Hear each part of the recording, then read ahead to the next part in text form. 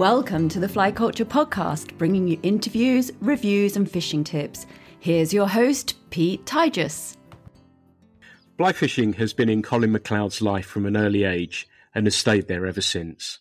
From working as a gillie to producing content for the Loop Tackle Company, he sees many aspects of fishing. He is a self-confessed salmon bum, and I'm planning to learn more about Colin and his passion for our pastime. Colin, many thanks for taking the time to talk with me this morning. How are you doing? Is all good with you? Yeah, good, thanks. A little bit bleary-eyed, but from good stuff. It's been busy, lots of fish and lots of fishy action. So, yeah, happy. Fantastic. Does that mean you were chasing sea trout last night, or does it mean you were just a busy down the river? All salmon. Yeah, it's just been kicking off a bit up here, really. It's been a good run. So we've been out with my camera and out with my fishing rod and out with guests and just making the most of it, yeah. Fantastic. And so for listeners and myself as well, where are you based and where would be your home river? Well, I'm quite lucky to live in the Hebrides. I was born and brought up in the Isle of Lewis, and home river as well. There's a lot of them. It's quite a variety of fishing on the island. I'm sure you'll know, and people listening, it's a bit of a mecca for game fishers. But yeah, that's always been home. Apart from brief respites in various other places, it's pretty much been home since I was a nipper. And is it interesting for you? You said you had people out fishing, and I know we're going to touch on gillying. Is it a nice balance that you've got the fishing balance for yourself, but also making sure you're looking after guests as well? Do you get that balance right? Yeah, funny. I don't really see much of a differentiation between the two. Actually, they kind of go hand in hand. I've been doing it that long now that one informs the other, or one's just as much fun as the other. You know, it's just being around it. I just love being around it. So as soon as that first fish, as soon as that first grill turns up at the start of May, whether I'm rowing a boat and shouting at someone or fishing myself, it's all the same. It's all good fun. And as a gillie, I guess it must be, like you say, that first fish is always a nice one. There's a little bit of relief, isn't there, when that first fish is in the boat or in the net, isn't it? Yeah, absolutely. It's a funny thing, I think, with gillying. When I was younger, you used to get very, very stressed about getting the fish and getting that first one in the boat. And then I think all of a sudden, I think everybody that does gillying or works in that world sort of has this epiphany moment that you're working with a wild fish. You're trying to quantify a wild fish into some kind of schedule, and it's impossible. So you just have to roll with it a little bit. But yeah, it's always good when the first one gets in, for sure. Yeah, and salmon must be a tricky one. I know when we had guys working with us, I'd always say to them, just back yourself. Don't worry. Think about where you might be finding that fish, and we'd have a meeting in the morning and talk about those sorts of things, and then concentrate on where you think you're going to catch one or for them. And for me, a lot of what we had, I don't know the sort of people that you're taking out, but a lot of the time we might have people who had never picked up a fly rod before. So it was more important for me to teach them how to fish rather than being the end product of that day and a sign of success. I'd much rather they left I can't think of many, but in occasions where they didn't catch a fish, but they could fish. That was enough for me. Is it similar for you, or are you getting, because it's sort of as you say, a bit of a mecca, does that mean you're getting more experienced anglers and therefore they sort of kind of understand fishing and particularly migratory fish that little bit more? Yeah, we get a real mixture, to be honest. I mean, I do a bit of work at Grimmersta. That's where I sort of cut my teeth and learned kind of the Hebridean gillying style and all the rest of it. But people have been coming for a very long time. Some of the members have been there for 30, 40 years, and they know the score, and they're there in the good times and the bad, which means a lot of the time, it's the gillying is just about as much as making it a social thing and having a good time. And a lot of these people you'll be friends with for a very, very long time as well. So it's a completely different dynamic. And then to having someone for the very first time come and you're trying to, temper expectations a little bit and explain how salmon are difficult and fickle. And, you might go out. I've had guys come out, never picked up a rod before and had 5 fish in a day. And then other people come who are real experts and they go away and they're snapping the rod over their knee at the end of the day. It just depends, It's a hard thing to, salmon, as I will say this to people all the time, they're the hardest fish to reason with, like a trout at some point in its life has to eat something, but a salmon does not. So it's a completely different thing. But I don't know. It's as much reading people's personalities as reading the fish, I think, and trying to see what people want to get out of the day. And do they want to sit and have a beer and talk life and story in the boat?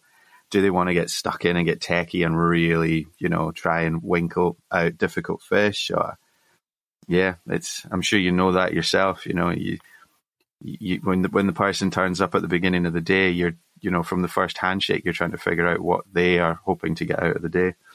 Yeah, and that's something I've talked about many times on here as well. And it was lovely hearing you say that I think sometimes it could be easy not to ask that simple question, what do you want out of the day?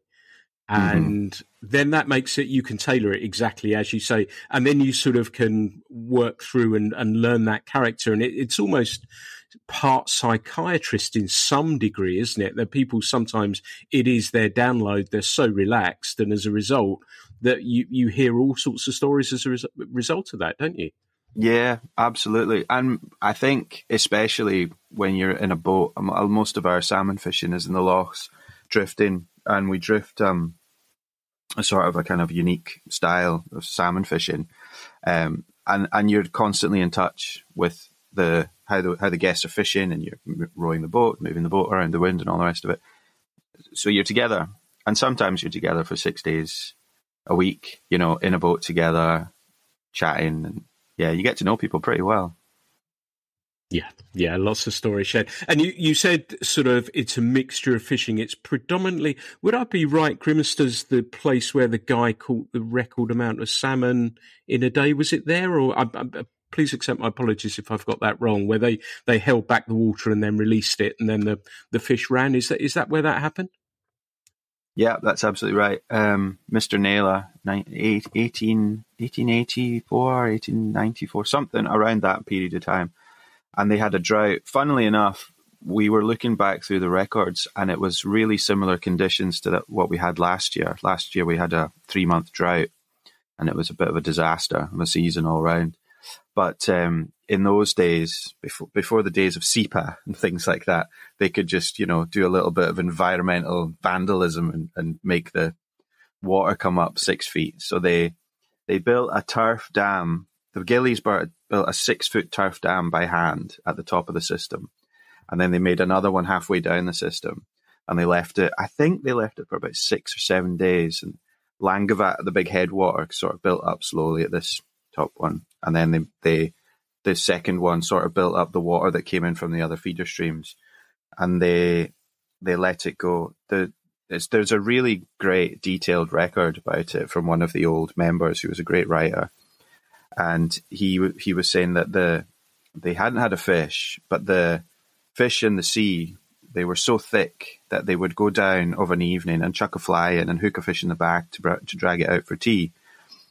And he said you could have walked across the fish the whole way down the sea loch, right from the river mouth all the way down to the front of the lodge, was just thick with fish. And normally, the fish are quite sort of aware of fresh water versus stale water, so water that's been held back as opposed to a fresh spate. But at this point, obviously, they'd been in there so long that they just took it at face value. They burst the dams, and every single fish in this run went up to Loch 1. And Mr. Naylor actually wasn't the first guest to fish it after the spate. He was actually on the second day. And on the first day, one of the other members had offered to give his rod to a lady angler from a different estate who had never fished before. So with the prospect of catching the biggest number of fish to a single rod in a day, he valiantly lent his rod to Lady Fisher, who proceeded to foul hook an 18-pounder and play it for 3 hours. And then that was the end of his day. So Mr. Naylor went out the next day and he had 54 from the tail of the stream. And then he went down the river the next day and he had 36 from the river. And then he never fished again, hung up his rod, and that was him. So, yeah, you can kind of see that. Yeah, you can kind of see that, can't you? You think, well, what am I going to do after that? And it must be, in my tiny little way, if I've caught a nice trout these days, I sort of snip off and go home because I think, right, that's fine. That's a nice place to finish and go home. That's a slightly more extreme version of it on many levels, but I can see it takes filling your boots to a completely new level, doesn't it? In the sense of, what more can you do after that? And in some respects, it's a little sad, but for him, I feel, as an angler, I feel a little bit sad, but it must be phenomenal. So you say loch fishing and river fishing. The loch fishing, is that sort of 10-foot rods and 2 or 3 flies on there? And are you fishing them pretty shallow with a muddler on the dropper or so? How do you go about loch fishing for salmon as somebody who's never done it before? Yeah, exactly that. Pretty much. We always fish 2 flies, and at Grimmersta, we fish a muddler on the bob or an elver, and then on the tail, it's any fly you want as long as it's a stoat's tail. So that's pretty much it. Or if you want to be radical, you can fish a green butt, but that's about it. It's the flies. The flies work. Stoat's tails and little black flies on the tail work, and the muddler, but we specifically fish that combination because the technique of fishing them is more important. So the big bob fly, you're fishing it on a fairly short line, stripping it pretty quickly, and then hanging the flies at the boat. And we hold the bow of the boat into the wind, and we tack it across the wind, so we hold it off the lies on the loch. So we'd be fishing the downwind shore, good, nice rolling wave going right into the rocks, and you cast your flies so they land just short of the rocks, and you're pulling it away from the rocks. And it's spectacular. I mean, lochs can be doer, and salmon, when they're in lochs, behave differently to salmon that are in rivers. But generally, if like at this time of year, just now, if we go out tomorrow morning and we've got a good strong westerly, and there's been a few fish come in on the last tide, you feel confident that you're going to get some action. And it's all on the top. It's all, the fish come at it 3-4 times and then hammer it before they get to the boat. And yeah, it's a great way to catch a salmon. It really is. Yeah, no, it sounds absolutely phenomenal. And you said to me that you've been busy the last few days, yet last season was a tough one. Does that mean this season you've had some rain and things are looking better comparable to last season? Yeah, we're there's been a lot of doom and gloom chat with salmon fishing, and in particular with the salmon stocks. We're very fortunate here that our stocks are holding up quite well. And over the last few years, I mean, last year was a bit of an anomaly in that we had no water, but the fish were in the sea. The fish were there. They just couldn't get in because the water was so low. But this year we've had good water and a very, very good run of grills. So the fishing has been spectacular, pretty much. It's I think they reckoned it's the 3rd best June since 1900 for Grimmersta. 186 fish for June. So it's wonderful. Yeah, that's really a nice cool story. Really, because it just shows they're a resilient fish, and there's a lot of bad stuff happening that we don't understand. But given good conditions and given a nice place to live, these fish can bounce back pretty quickly as well. So. Yeah, that's wonderful too. I'm really pleased to hear that. So it was interesting actually this morning. I was just thinking about it that Emma and I entered the lottery, and you have these lovely conversations, don't you? What would you do if you win? And I think I'd probably end up giving most of it away, but you suddenly think, oh, would I like to live here? Would I move here? Would I go there? I'm getting the sense, though, even if those numbers, if you did it and your numbers came up, it would take a fair bit to pull you away from there, wouldn't it? Yeah. I don't think I would want to live anywhere else, really. I've known that from a young age. You know, I was lucky enough. I got a record deal when I was like 17, 18, and got the opportunity to kind of go and tour and travel the world, and some amazing opportunities. But everywhere, I ended up back at home. I moved to London for 2 years and then was straight back to home, you know, because I was like, well, I've seen that, and I still know I want to go back to home. So yeah, always. Yeah, like that sound, like that lot. So it has always been salmon for you, has it then? I guess as a function of is that where your fishing career began? Was it salmon, and you know you've not felt the need to look beyond those really in any meaningful way? That's where the journey began for you. I'm just obsessed, just completely obsessed with salmon. I do some other stuff. We've got some really nice sea trout fishing in the sea around here, so we do a little bit of that. And because there's brown trout, there's no shortage of brown trout fishing and the lochs and things like that. But every year I'm like, right, I'm gonna branch out. I'm gonna do a bit of trout fishing in the summer, and as soon as that first fish comes, it's like, that's it. Head's turned. Salmon. That's all there is in my head. Yeah, even more so than life. Or, you know, things I should be doing, chores, etc., etc. Nah, salmon. That's it. And I described you as part or as a salmon bum, and it sounds as though that is where you're at. How would you define that term?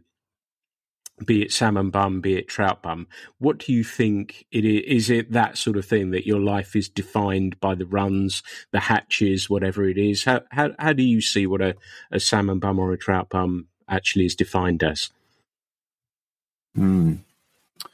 Interesting.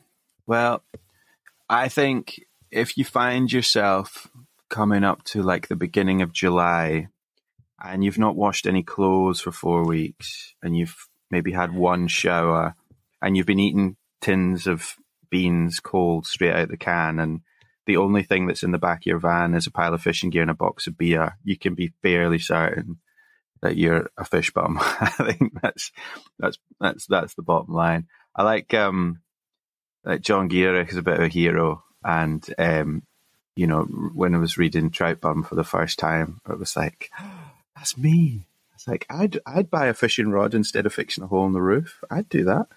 So yeah, I think that was his definition, wasn't it? If you choose buying a new fishing rod over fixing a hole in your leaky roof, then you know you've gone too far. Yeah.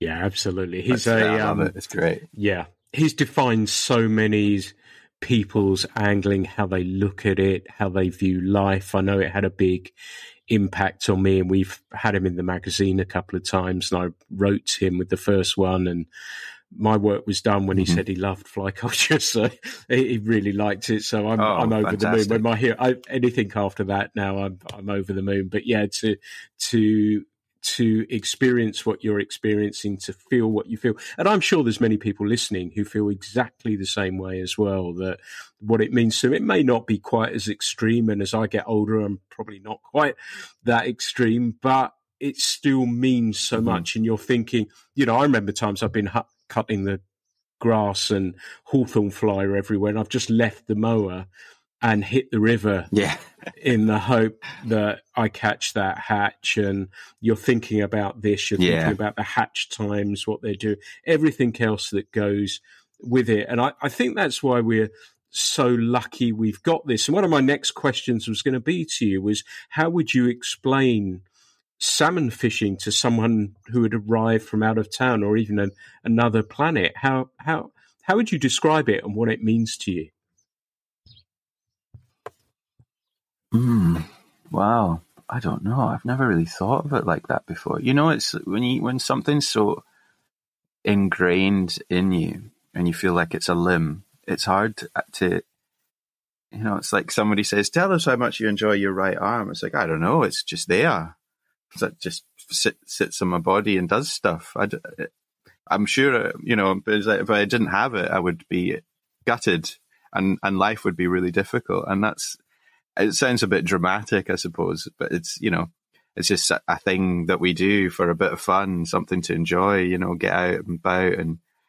But it just morphs into something completely different. It's interesting because I do a lot of surfing as well, and the surfing kind of community is that same way. Fly fishing and surfing is really similar in that attitude. It's just it goes from being a sport and a pastime to something that's just like a lifestyle and completely just takes over people, and you can't think on anything else. And it is, I guess, in some respects, it's maybe not the healthiest thing. Like, I'm sure I've missed social occasions I shouldn't have done because I wanted to go fishing and just couldn't miss that spate and all the rest of it. But it's not the most unhealthy obsession, I suppose. But it's a strange thing to quantify. Why trying to get that little silver fish to grab that fly can take over your whole life. Who knows? Yeah, I'd love to know the answer to that. And it is funny. I often talk about it on here that it's something to some people, and when you're gillieing, that there are some people who come up for the week and that's their week's fishing for the year. They may go somewhere else, they may not, and that's it. Whereas to you, to I, and I'm sure to many people listening, it's a whole lot more than that, isn't it? And it runs too deep. Yeah. And I've had times where I've tried to step away from it just a little bit, just to see, but I can't stay away for long. And I don't have an addictive personality or anything like that, but it is just really difficult to step away from and actually say, yeah, I'm not going to do this for a bit, or I've had enough of this.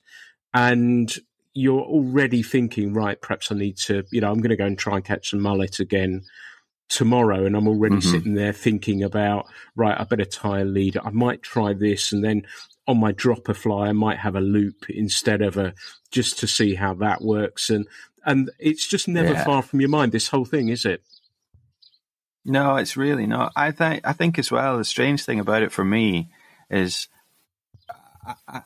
I genuinely, and I know people say this, and it's a kind of like a bit of fishing. I don't need to catch a fish to enjoy the day, and then they're like shaking and their rods like this, and their eyes are popping out their head because they haven't caught a fish. But I could go and sit by the river and just watch it, just be there. I genuinely don't have to catch a fish now. As my friend pointed out to me recently, he says, Colin, it's easy to be philosophical when you catch as many salmon as you do. I said, well, that's true. Maybe that, I am very fortunate and I live in a fishy place. But it's, a lot of times when I think back on fishing and why I love it, it's not the catching of the fish. It's not just the catching of the fish that come to mind. I'll be like, I'll remember that lovely springer I had in May, or I'll remember that day we had 5 on the boat or whatever. But I'll also remember sitting with Matt and Pete at our van having a beer in the rain because we didn't want to leave the river, but nothing was happening, but we just sat there just so we were around fishing, and we just sat and drank beers and talked about fishing. It's the whole thing for me, really. I say that a lot, and I truly mean it. It's the whole lifestyle that really gets me. It's why as well in the winter when you're sitting, you can't even go fishing. You're still thinking about it. You're still tying flies. You're still watching videos and talking to your friends about it. When you put your rods away, it doesn't end. It's the whole thing, isn't it? Yeah, I think you've summed that up perfectly. That it's the lifestyle, the friends, and I think again that's what we've tried our best to capture in the magazine. It's not here's the fish.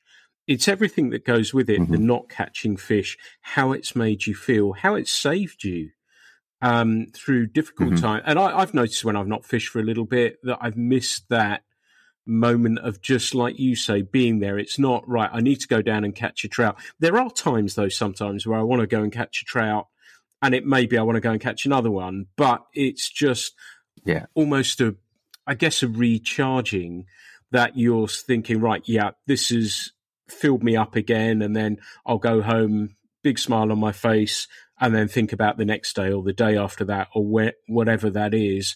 And then you go again and sharing that experience with friends. I get the sense that you're the sort of person, and I guess from the Gillian background as well, that you're used to having people around and you like sharing that experience. Or are there times where you like to just head out on your own and just go spend some time on the water?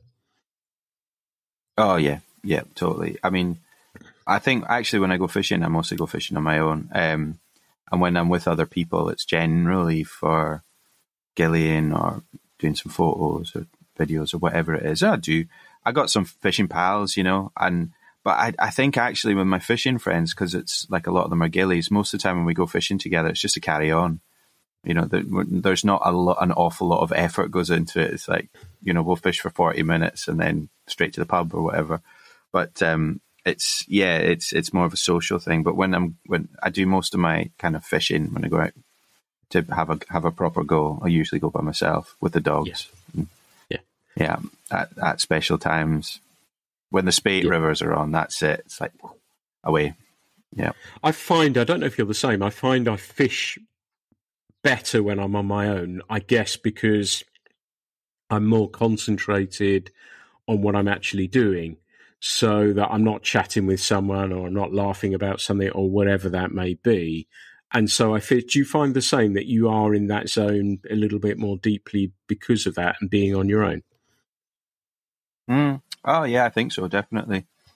I'd like to think I fish best when I'm gillying, when I don't even have a rod in my hand. I like to think I can channel that into the people that are in front of me. And, I don't know, that's a strange skill, something I'm still learning, and I enjoy trying to channel that.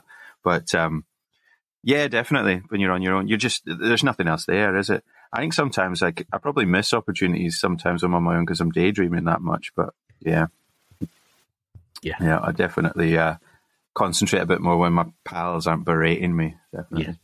Yeah, no, I'm with you on that. You talked about London, you talked about music, and we've had a number of guests on here from a musical background. I suppose yours is slightly different, that your background has come from fishing, but when you were in London, you've implied it was a difficult time and you missed home. Did you manage to find fishing when you were there, or was it zooming back up home again to do the fishing you love so much? I didn't fish at all when I was in London. It was, I think, it was early 20s, and I was touring quite a lot and playing music a lot, and it just sort of faded for a bit, to be honest. And it was like kind of 4 or 5 years where I would pick up a rod twice a year and didn't catch a salmon for a couple of years. But it was fine. I never really I've never had that. I never really felt like I was kind of putting it down forever. I was just like, oh, well, I'm busy just now, so put it to one side. And as soon as I kind of, when myself and my wife got married, we moved back home. And as soon as I was back home, it was like, phoned up Angus at Barvis and the estate I work at now, and I was like, right, I'm home. And he's like, okay, come on back. Come on over, I've got a job for you. You can sit in the big green bus and watch the fish come in. And, so it's always there. But yeah, it was a few years I didn't really do anything. Yeah. And the musical career, what sort of route did that take? And was it it must be fascinating, as I said, having had many musicians on here, was that a pretty cool part of your life too? Yeah, amazing. I was very, very lucky. I got some incredible opportunities and did some amazing things. I signed with Universal Records when I was like 20, I think, for my first deal. Made an album, but then kind of quickly realized London life wasn't for me, but was lucky enough to work with some great people, and they said, well, we'll we'll still support you. You've still got an outlet here for your music, but you can go back home and do it from home.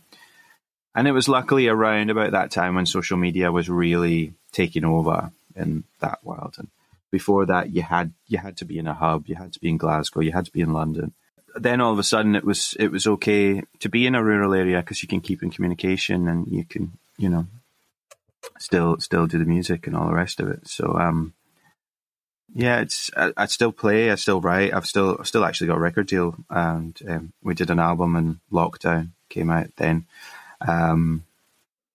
But always, I don't know, I think I do it a little bit on my own terms now, and it has to fit around the lifestyle rather than the lifestyle fitting around the music. So it works. It works for me.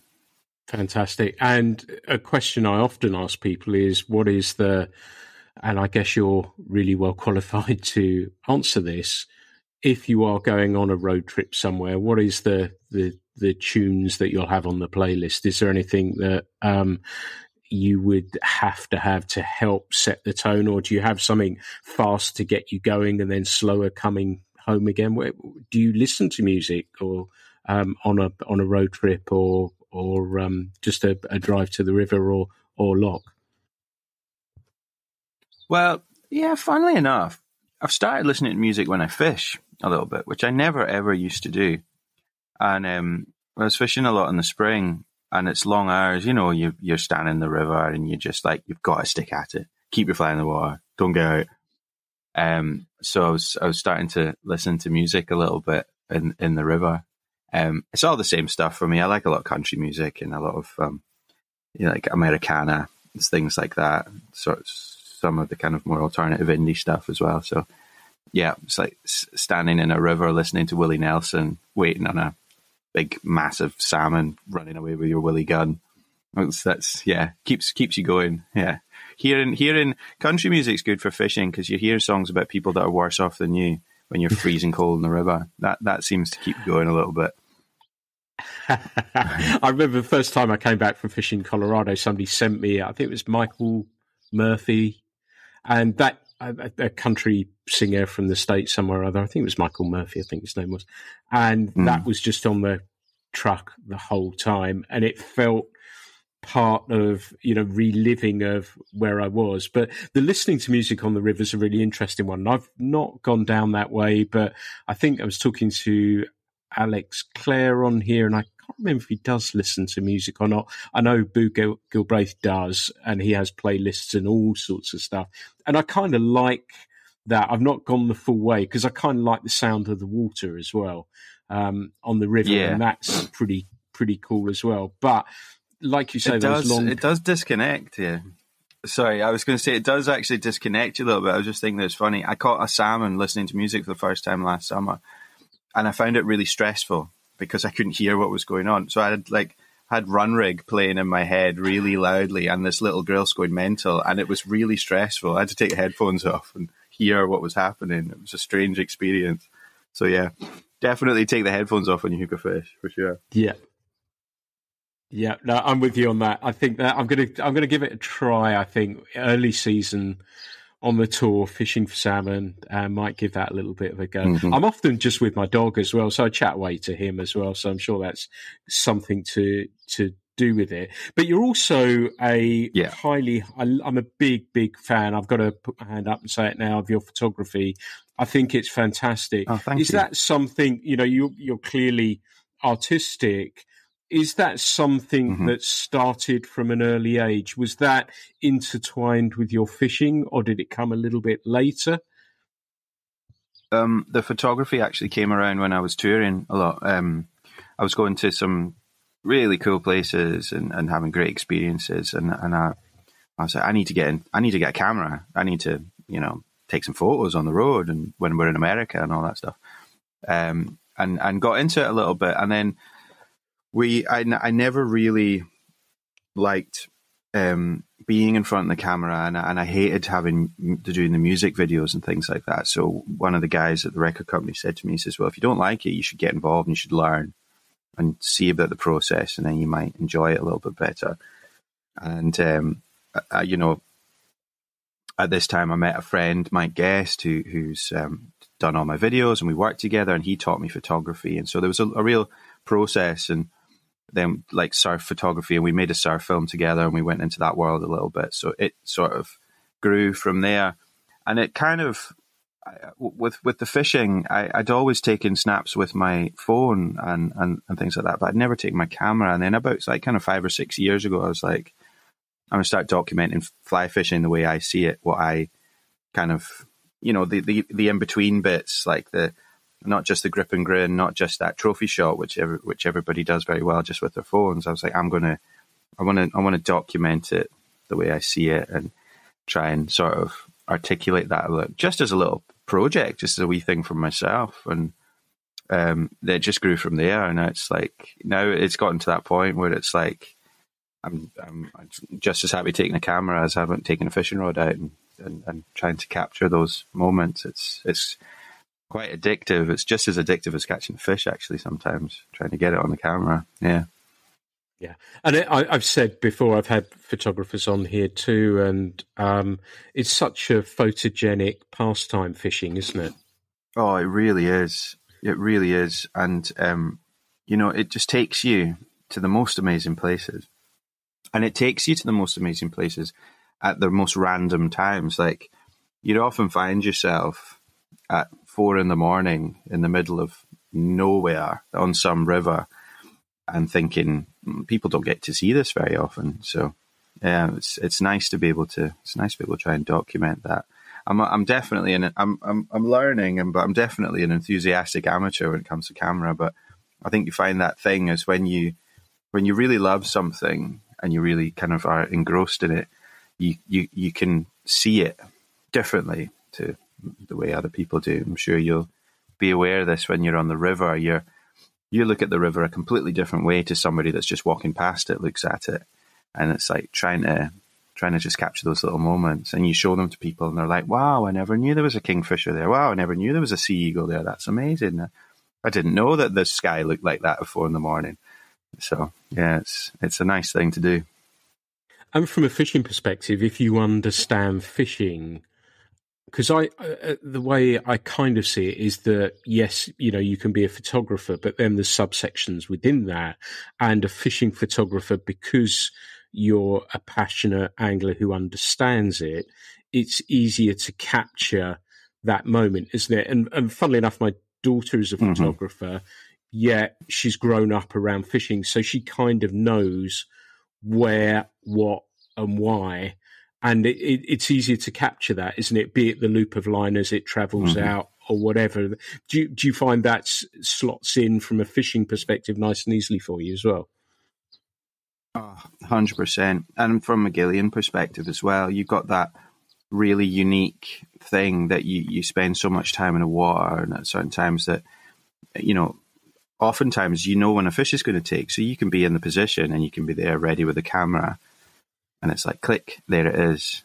He's like, whoa, how did you know that was going to happen? It's like, well, I've been here for 20 years watching that rock, seeing people swing a fly over it. So you kind of get to know that something's going to happen, and with the lochs as well. So it's a lovely thing to, have that slight little bit of foresight and be able to get yourself into position to capture those moments. Because for everyone, I mean, GoPros helped with that thing, of course, but a GoPro gives a sort of like one-dimensional view of a situation, but you kind of get out and, it's like you'd love to be able to, everybody would love to be able to turn themselves into two people in these moments and have you watch yourself hook a fish and see that and all the rest of it. And yeah, I can do that for people. It's a lovely thing as well with Gillian as well. You get to the end of the week and you say the guests have their fish and everyone's putting fish back now, which is fantastic. But the trophy at the end of the week is that photo. And so you get to the end of the week and you say to your guests, like, here you are, I took a photo of you playing a fish when it jumped. And it's just like, oh, amazing, So I love it. It's a great thing to do. Yeah, it's a real, you mentioned the GoPro there, and that was a real game changer. And social media, I guess, for them and many other companies must have been manna from heaven, mustn't it? It couldn't have been better timing for them. But it opened up the marketplace for them, but also, like you say, the way for anglers to share their experience on the river. I sometimes think, and I try my utmost personally to try and not just focus on the fish, but the fishing as well, or what happened along the way, or just a picture of the river or whatever. It seems as though the pawn, as we would call it, the fish shot, is the one. But I suspect you're similar, aren't you? Do you prefer to capture the fishing or the fish? Or both? I love it all. Yeah. Yeah, everything. I think at the moment, my thing, or like what I've been really trying to capture this summer, is like that exact moment when somebody realizes they've hooked a fish. It's like, and it's not photographing the fish or anything, it's photographing people's faces when they go like, oh, you know, and they realize what's happening. Like I took my dad out fishing yesterday. My dad he's never caught a salmon on the fly rod before. He's never caught a salmon on a rod. And he's been trying, and he's in his 60s now. And yesterday he caught his first fish. He actually caught two. And, you know, I'm kind of steering the boat or whatever, and he's got it, and he hooks that fish, and you get to see that moment in his face. And that moment for somebody for the first ever time in their life hooking a fish, it's just amazing, you know. It's just an amazing thing for them to sort of that realization, that dawning of what's happening come across their face. So I've been loving to try and capture that. And there's this great moment as well on the river when someone hooks a fish and everyone runs down. It's like, oh, you know, capturing these little moments. I love that. But like I say, it's the whole thing, you know. It's great seeing a picture of a beautiful big fish, but I want to know how someone got to that point, you know. That's the whole thing. And in my case, and I'm sure many others as well, although it might be a beautiful fish, there's been caught in the trees. There's been all the other stuff in the background that you don't see, isn't it? Which I try and, again, be as honest as I possibly can. If I've had a shocker, you know, I had just a picture of a hook, the fish just broke me and completely did me. Yeah. And I shook with excitement. Even though I never saw that fish, I remember, you know, the line was, I didn't even need to barely set on it, just grabbed the fly and shot away and was gone. And I knew it was I knew every aspect of how it was going to play out. And it did. I knew there was a pretty good chance I wasn't going to get the fish because of where it was. But all of those things still made me love every single second of that. And yeah, I think they're those little moments are the ones. And you know, I think sometimes that we think, well, everything was perfect, this was the end result of it, but there's a lot of stuff, a lot of swearing, a lot of falling over, a lot of stuff in the background we don't always see. And I love to try and capture those moments as best as I possibly can as well. I think that, like you say, that journey of getting to that moment is the really cool stuff. And I think about what you say about people running when you're sitting there with the camera, seeing them running with the net or the excitement. They're the bits that really do it for me. They're really cool, aren't they? Oh yeah, definitely. It's all I always say that thing as well about, I love lost fish. It's such a romantic notion in fly fishing, this thing about the lost fish, you know, like as, Angus, when the head keeper at Barvis, he always says no one ever loses a little one. There's like not a single person ever comes in after the fishing and goes, I lost one, but it was just a little one, you know. And that it's just such just the imagination that gets people going, you know. It's great. It's there's so much to it, isn't there? It's just amazing. Yeah, I don't keep diaries. I try and remember as best as I can, but it's funny, isn't it, how the fish that you lose are the ones you remember most vividly. Completely. I had one particular one I really remember, and I guessed I had hooked a fish, and it was foul hooked, and I could see that it was foul hooked. But a foul hooked fish, as you're sure you know, fights way better than one that's ever hooked in the mouth. And this fish went ballistic, and it pulled all his back in twice, and went down the rapids round. And, you know, inevitably, eventually it sort of slipped the hook. It was just in the dorsal or something like that in the back. Anyway, And the guest turned around to me, and the guy, and he was like, oh, that's the biggest fish I've ever hooked. And I didn't even see it. I can't believe it. I mean, I don't think I'll ever hook a fish that big. And I went, yeah, cool, great. Yeah, you're right. It was. Why not? Tell that story forevermore, because why shouldn't you? You know, who am I to let the truth get in the way of a good story? And it was just, you know, it's that magic thing, isn't it? You don't know what's going on under there. You might have hooked you might have full hooked a 2-pound sea trout in the back and it's pulling like a 15-pounder. You just don't know. Yeah. But it's the stories that come out of that. A fish lost by the time there's like an exponential scale of like from the time you leave the river till you get back to the house, it's quadrupled in size at least. And I love that. I love it. It's great. Yeah. Do you think that's a bit of reputation protection so that it gets bigger and bigger with each step towards the bar or wherever it may be, so that there was just nothing I could do with this fish? It was so big, you know. Do you think there is an element of that to it as well? I don't know. I think people genuinely believe it. Like they really, really do. It's, you know, it's just this, it's so hard to tell a lot of the time. When you hook a fish, it's so hard to tell. And yeah, there's definitely a little bit of ego creeps in. Of course there is. It's man versus fish and the fish is one and people get affronted. So fine, whatever. But most of the time, genuinely, it's like people think that was the one. That was the one that got away. And, you know, let's tell the story about it. It's a funny thing. I love it from like a creative point of view, like a writing point of view. It just like really fuels my imagination, thinking what is it in people's heads that turn these experiences into like Moby Dick moments. It's amazing. Yeah, no, I like that, and that I guess as well in some respects keeps you coming back as well, doesn't it? It keeps you keen, and you think, well, I might get another chance at a fish like that again, mightn't I? So, yeah, all those things are pretty good. But it was hardly surprising to me, and I said in the introduction that you teamed up with Luke to help create content for them. I guess they saw your photography as I have done. And how did that come about? And has that been good fun to do? Yeah, amazing. Really enjoying it. It's a really nice creative outlet that, to be honest, I wasn't really sort of expecting. It was a little bit out of the blue.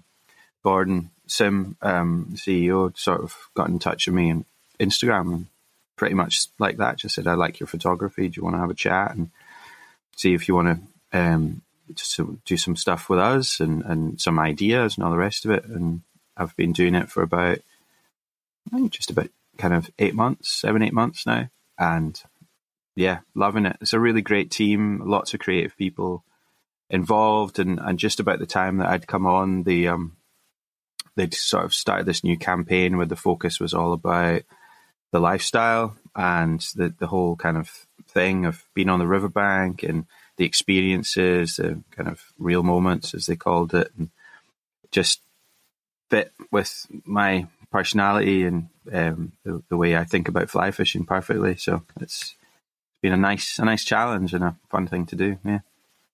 Nice. And does that mean you get to get your hands on new tackle and photograph it and play with it and use it and everything else? Yeah, absolutely. We're doing lots of new products coming all the time. We had some new rods come out not that long ago, the Z series. So we've been doing some stuff with that, and some of the existing stuff as well. The 7Xs in particular, doing a lot of focus on them. It's very nice. It's very nice to have very nice kit to play with. Definitely, yeah. Yeah, fantastic. One of the things that struck me, and I saw something the other day, and I can't remember if it was Sage or Sims or whoever, and I thought it was a short piece of video, and it was absolutely extraordinary. And the content created by tackle companies, and you talked about the real stories and everything else, is absolutely staggering now from 10 years ago, even 5 years ago. It's just moved on exponentially, hasn't it? It really is something that allows companies to engage with their audience and get their message across in a very clear, concise way, isn't it?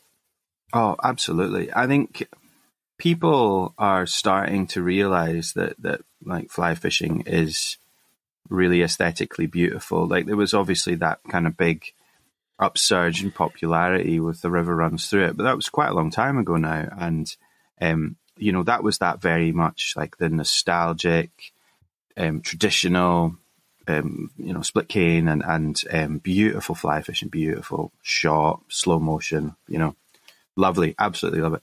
But there's fly fishing's big now all over the world. There's a lot of people within that, and within that you get a lot of different personalities, and you get a lot of different kind of creative angles. And it's now really the personalities of the photographers and the filmmakers is really starting to come through within that medium, and all the better for it. I mean, Sage with like Brian Gregson, the photographer, just the stuff they're doing is really nice, and it's lighthearted, and it's and then you've got you've got that variety of stuff with Loop. It's a little bit more kind of European, and we have our own personality too, and it's like everybody now is portraying that. And with that, and I think as well with the kind of fly fishing growth and the kind of boom in the industry, it does give the brands a little bit more power to do more exciting and interesting content, which definitely seems to be happening. So yeah, I hope everyone's enjoying it as much as I am. I'm loving it. It's like great videos and great photography coming out all the time. It's really inspiring. Yeah, it's been fascinating to see that. And I guess it allows, as you say, the makers to be more creative, because we've moved on a long way of just putting a picture of a fish and the rod and reel next to it. We can do and like you say, it allows to show what the company is about, what its ethos is, how they feel about it, and you representing them doing that as well, which makes it, I think it's a better form of advertising, actually, rather than, like I say, the obvious, here's the rod right in front of your face. You don't need to do that. Mm-hmm. It can be, you can see the guy casting it or whatever, and I think of the Brian Gregson one, actually John Hazlitt, who's been a guest on here and a pal, did the switch rod for trout for Sage, which was hugely amusing and was really offbeat. Yet they're still as a company, and it's nice that you can experiment with all these things and engage with all elements of your end user, which is really important. I guess for companies like Loop, etc., it's been great to directly engage now with their end users via social media, isn't it? Yeah, absolutely. And I think the thing that's become very apparent is that people want to see the kit being used, but they also want to see it being used by people who are average fishers. We're all average fishers, we'd all love to cast like Ian Fairgrieve, but let's be honest, we get by, we do what we can.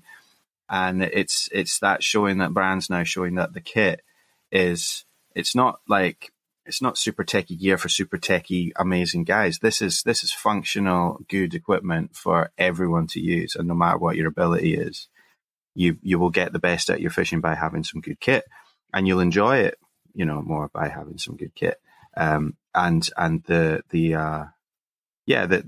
media, the content, the videos, and all that kind of stuff is moving towards that real life, real scenarios, real fishing.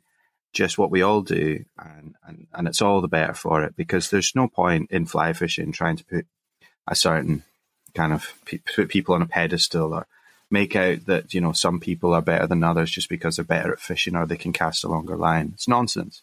It's for everyone, and the kit's for everyone, and the experience is for everyone. If you're picking up a rod for the first time, or if you've been fishing for 40 years, everyone's the same, and everyone gets the same enjoyment out of catching a fish. So that's what I think, anyway.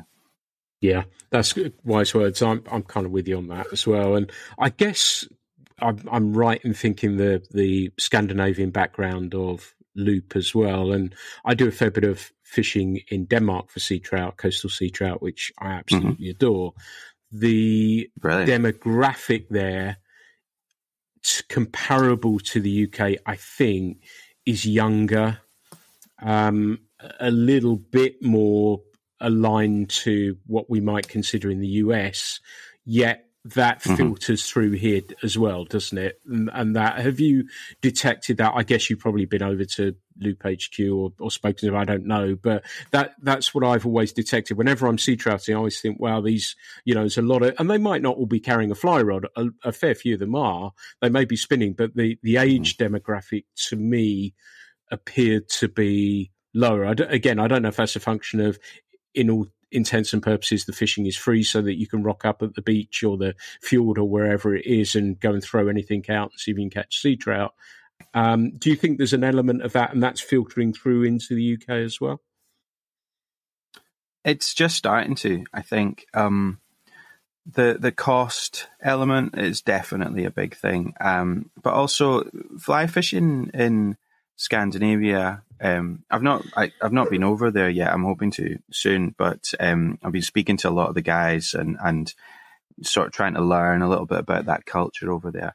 It definitely seems it's got a little bit more of a sort of counterculture vibe. Salmon fishing in the UK still is defined by, good food, good fishing, nice lodge, and you take, and that's a bit pricey, and that it is what it is, and that's the way it is.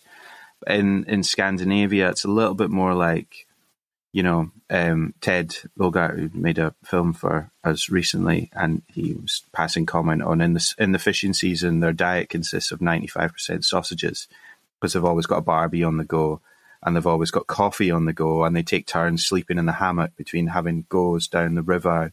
There's this like really nice, accessible, kind of, I don't want to say hipster, but it is a bit hipster, but it's got that sort of cool vibe to it. Now, whether or not, you can take it or leave it, whether you like it or not, but that sort of idea of accessibility and a little bit more cool has been coming into the UK, but I feel like it's a little bit more in sort of the saltwater areas, the trout fishing, wild trout fishing more than the still water scene is still very much like it's quite competitive and it's very techy, and that's great. That's that world. But from that sort of Scandinavian American vibe, that seems to be coming into the UK more in the trout fishing world, which is really nice to see.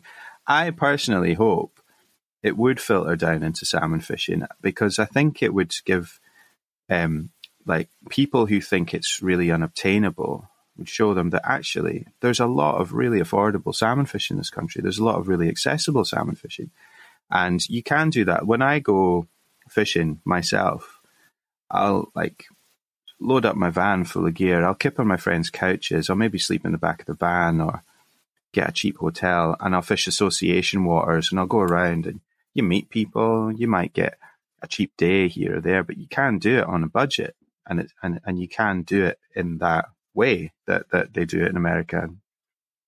And I think that sort of thing definitely appeals to a younger demographic, and it's something I hope that people will pick up on to attract some new people into the sport in the UK. It's horses for courses. There's something for everyone. If you want to drop $3,000 and go and stay in a nice lodge and go salmon for a week, then more power to you. But there's definitely more to that in the UK than just that scene. So hopefully that attitude will filter into the UK a little bit more.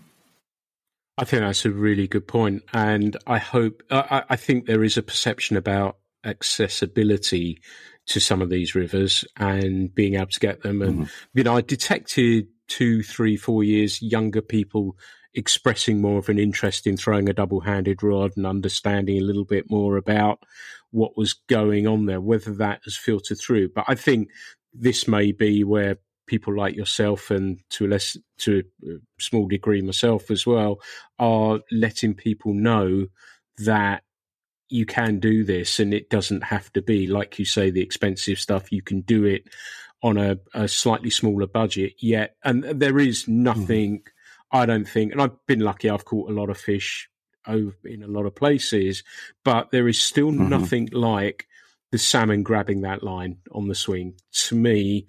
And I'm thinking about it now, and the hairs are standing up on my arms while I'm talking about it, thinking about that grab when it's a good hard grab from a salmon. Yeah. There's nothing like it. And there may be where I live, I don't get many shots, but I'll put in whatever it takes for that moment. And if there is a way, even in this podcast, and looking for, we can get more and more people thinking about these things and the ability to get to these places, that would be really cool, wouldn't it? And like you say, getting younger people involved in it. And still, I've said on here before that, I think one of the biggest things that did fly fishing harm was J.R. Hartley, actually, that they all assumed we were genteel old men in tweed jackets who did a bit of dry fly fishing, and there is so much more to it, isn't there? And I've tried really hard to let the wider public know that it is slightly cooler, and people looking at things like mullet and Colin and Paul and the stuff they're doing, and Tim, who we've had on, and Hector with barbel, and that's where I think that sort of equivalent of the trout bum is going, is looking at those other species in a cheaper, more affordable way. Yet I'd love them to get the chance to have a swing and connect with the salmon, because there's just nothing like it, is there? There really isn't. And it's another interesting thing, actually, with the Scandies, especially the Swedish gang. It's like they're not expecting to catch a fish every time they go out fishing. They're fishing for Baltics, and they're tricky, and they'll get a grab a week maybe, or a pool every other day, whatever. That mentality, I think, needs to be kind of adopted a little bit with fly fishing, especially in the spring. You're going fishing, and it will happen eventually. I fished all this spring and didn't catch a fish until April, and I started in January. So put the hours in, but I'll still do it next year because I really enjoy it. And I know it's not for everyone. You fish in long hours and you might not get a pool, but there's this thing about, like, if people don't catch a fish every time they go fishing, they get a bit bummed out. I think that needs a little bit of a readjustment, and those moments are special, and you work towards that special moment. You don't expect it all the time. I think if people would adopt that, especially with new fish, I'm not trying to tell any experienced anglers how they should be approaching their fishing, not anything like that. But I mean, like, the newer anglers that come into the sport and they try it once and they say, well, I didn't catch a fish. If you kind of try and explain this concept of, like, this is really special, this moment that you're going for, and it doesn't happen every day, but it's worth putting the hours in for to get to there. So, yeah. Do you think part of that is, I don't want to use the word pressure, but do you think part of that is driven by the society we live in now and the sharing of experiences via social media, that there is that pressure? I don't want to use that word, but to put a picture of a fish up there. Do you think part of that is driven by that, perhaps? Yeah, 100%. There's a bit of a bragging thing going on at the moment between, like, Facebook and Instagram, and people. It's this really strange thing. I don't understand it. It's like people think that if they didn't catch a salmon, they're somehow lesser. Salmon are hard, and they might not even be there, especially in the spring, And people go up, and you'll see someone will post a photo, and you might go on Instagram at the end of your day salmon fishing, you've not had a pool, and then you see 10 pictures of salmon, invariably followed by a comment of, just ambled down the river for an hour and pulled one out. It's like, did you really? And I don't know. I don't think it helps, and I think it does put an undue pressure on people, especially people that are starting the sport. It's fine, there are some really fantastic salmon anglers out there, and they post a lot of photos on Instagram and all the rest of it. But maybe I'm trying really hard not to get on my high horse this one, because it is something that really annoys me. But I think maybe tempering that whole "it's easy for me" thing, and just explain, just be honest. It's like, I worked hard for this fish and I'm delighted. Great. I've not had one in 3 months, and here's the first fish I've had, and I'm over the moon, and it's special, and it's hard, and I got there. And then when you don't catch a fish, be honest about it. Oh, no fish today, had a nice day on the river. I'm a bit gutted, but that's fishing. Yeah, an honest thing. Social media, but that's social media in general, isn't it? have this battle with kind of music and all the rest of it. Having social media being a big part of my life, it can be quite a destructive thing, and it can be a very demoralizing thing. And I would hate to think that people would be put off their fishing by it. Just kind of, yeah. Put it to one side. You could just go fishing. Yeah, you could put yourself in a difficult position, couldn't you? That, you are feeling pressure yourself to catch something, to post it. And then it doesn't become about you going fishing. And that's my worry for people sometimes when I see that I worry that they're thinking, oh, I've got to catch something to put up there. And I've gone through a spell recently of not actually even posting everything I'm catching, and I try and write a few little words about whatever it is. And it's been really nice to be able to do that. And I've caught fish. I haven't caught any bloody salmon, I will say. But there's fish I have caught that, I've not posted because it's fine. It's fine for me to know I fished really well and I caught a nice fish.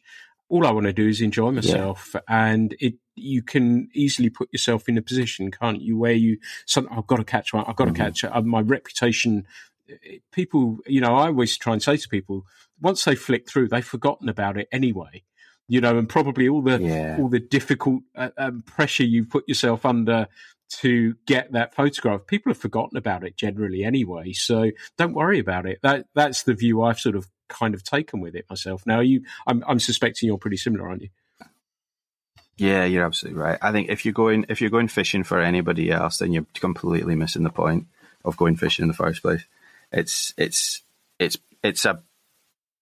just your thing, It's you and your mates, or it's you. And it's like, it's not for Instagram. It's not for Facebook. And if you love, I'm not saying that anybody shouldn't share photos. I love seeing pictures of photos and what people are catching and what they're catching them on. And, great. Love it. Scroll through, and it's nice to see all these pictures of fresh fish being caught. But it's an easy trap to fall into, but I would urge anyone, don't go fishing for Instagram. That's that way madness lies. Definitely. Yeah. Yeah. Nicely put. So tell me, you said you've been on the road and you've travelled a fair bit. Do you have a memorable place in the world that you've cast a fly? Where is there, taking your home water out of that equation, where is a memorable place that you've cast a fly that you've loved and thought, actually, I'd like to go back, or you subsequently have been back? I've never really fished outside of Scotland. Whenever I've been on the road, it's always been a bit in and out, and I rarely took a fly rod with me. I used to, when I lived in London, once a year with my pals, we would go with my friend Pete. We'd go and fish for rainbow trout in a little lake called Chigborough in Essex. I know it. And that was my one fishing trip a year when I was in London doing music. So that's quite fond memories. Fishing competitions, catching winter rainbows. But I've got a very, very long bucket list to fill up of places I would like to go fishing for sure. But yeah, mostly just Scotland, mostly just around my home waters, and some of the bigger rivers and the Spey and the Dee, and up north, lots of little gems up north I've fished, and been very lucky. I've had access to some fantastic stuff in Scotland. Yeah. Yeah, no, it is. We've fallen in love with the Spey. It's defeating us thus far, but we'll be back with Danny. Me too. Next year. Yeah, I'm going to keep trying, and I love it. And yeah, I think we'll be back there next year. So you said you got a bucket list. Give me the top 3 on your bucket list. Top 3 at the moment. So I'm really, really want to go to Norway. That's top of the list. Have a go in Norway. Hopefully I'll do that for my birthday in a few years' time. I think I'm going to go to Germany to meet up with one of the loop guys out there, Marcus, and he keeps on telling me stories about the huho, or the hucho. I can't say it properly. I don't know what it is. And they've really got my imagination going. I like this idea of catching a huge landlocked salmon in the snow in January. That's really got my imagination going. So that's top of the list at the moment. And Will and Al Peak, my pals I work with at Loop, they have been going to Chile for the last umpteen years to fish for the king salmon. and it looks really dramatic, really windy and wild, and big casts and huge big king salmon. So I feel a little bit intimidated by it, but I want to try it. It's not like it's something I'm like, oh yeah, that's been a dream of mine. It's like, oh, that looks quite tough. That looks quite intimidating. I think that's a Hebridean coming out of me. I want to do something that doesn't look very enjoyable. Give it a go. I don't know. Yeah. Nice. I'd have you down. I'm surprised. I'd have you down as a steelheader. Oh, I would love to try it. I really would. Yes, that's funny you should mention that, because it's not something that's ever really been on my radar.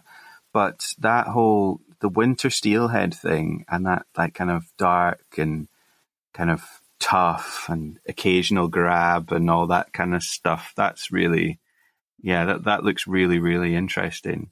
It does feel, though, very far away from here. I think that's the thing. Maybe it feels like it's one step removed, and a bit of a mission. I know Stu Foxhall, he does a lot of that stuff, doesn't he? He's talked about it quite a lot. That looks really exciting. Have you ever tried it? Have you ever done it? Oh, yes. And I can recommend it. Yeah. I can recommend it. Really? It is similar to what you're used, or, salmon river fishing, and they are really cool fish. I like the culture.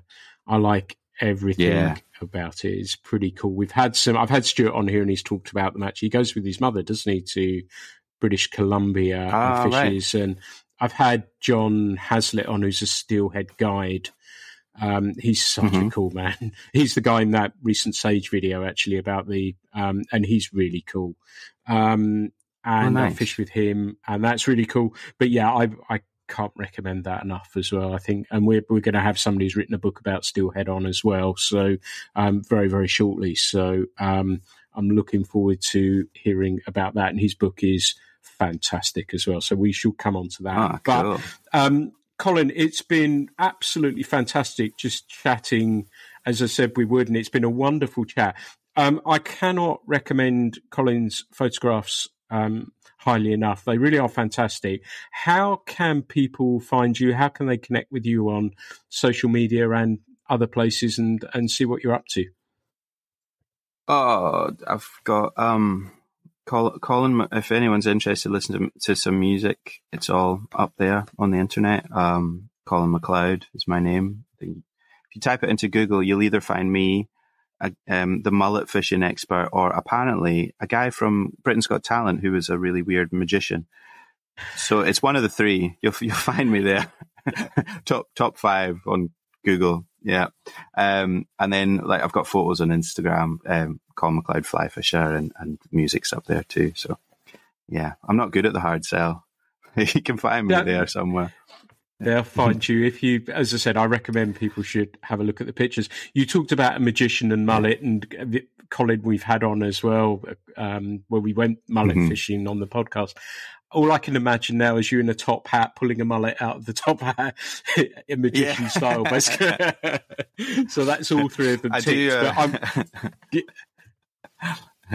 I do actually get people messaging me on Instagram asking for tips on how to catch mullet, which does drive me nuts because I can't catch them at all. They drive me mental. I can't get a hold of one at all. So, yeah. Yeah, they're hugely frustrating fish, and I'm sure I'll get Perry and I get a backsides kick tomorrow, but we'll give it a good go. And I had one last week, so I'm very, very happy about that. That took many hours of work, and that was kind of cool, so I'm looking forward to that. But Colin, it's been fabulous catching up. I've thoroughly enjoyed talking with you. Thank you so much for being a guest on the Fly Culture podcast. My pleasure. Thanks for having me, man. Everyone, this has been the Fly Culture podcast. Thank you so much for listening. As ever, there will be plenty more down the line, but if you are enjoying them, please consider subscribing, and perhaps if you have enjoyed them, if you could give us a review as well. I'm told that helps people find us, and all we want to do is spread the fly fishing word. So if you could do that, I'd greatly appreciate it. Thanks so much for listening. The Fly Culture podcast is brought to you in association with Fly Culture, a quarterly print magazine. For more information, please visit flyculturemag.com. You can also find Fly Culture on Instagram, Facebook and Twitter.